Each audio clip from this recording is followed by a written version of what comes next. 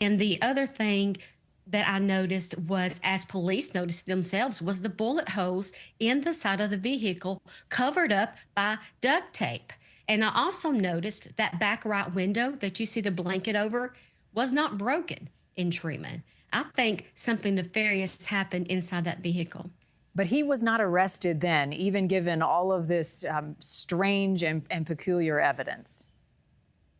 That's right. They let him go.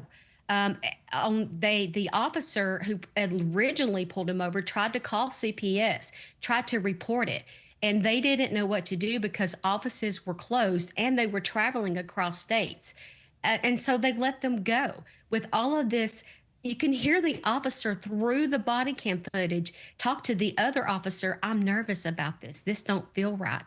Yet they let them go. But I feel like he did not see the bullet hole in the headrest in the car. I feel like if he did, he definitely should have said something. But I feel they went too far by letting them go just based on the condition of the child and the bullet holes in the vehicle. Yeah, it's all very alarming. So then he was arrested after trying to burn the car, allegedly. Where and when did that happen? So he arrives back home in Cody, Wyoming, and Mona, some days go by and she decides to report her daughter missing because she couldn't get a hold of her. When investigators found the vehicle in near the Oregon Basin, he was coming up toward the car with a gas tank in his hand. And the officers asked him what he was doing. And he said that he ran out of gas and that he was coming to put gas in the vehicle. Yet at that time, all the windows were covered with black garbage bags. Inside, they smelled the blood. They saw the Clorox wipes, and there was a positive pregnancy test inside the vehicle. And at that point, he is arrested. Where are the kids now, Stephanie? And how close have you been speaking and talking to the family?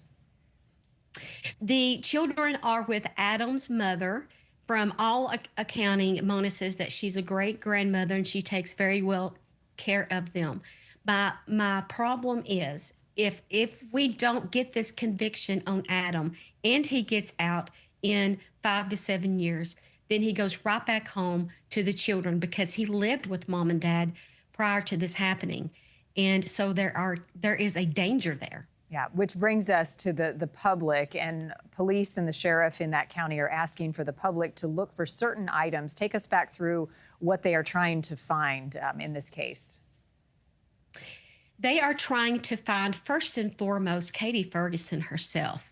He had gave several different versions of her running away, walking away, going to do a deal, in secret and didn't come back. There are different versions. So first and foremost, her. Second, I would say the seat.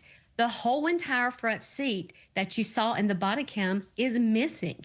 So that means he took it out. We know that he borrowed a tool to be able to do that from a friend. Now, his phone did ping just north there in Montana at a place known to dump things like that. So that's where the seat is, I believe, because he didn't have any other reason to go up there once he got back to Cody. So we found the seat. And the other thing is the pink tote. The father said that the pink tote smelled of death. And then he took it to the garbage.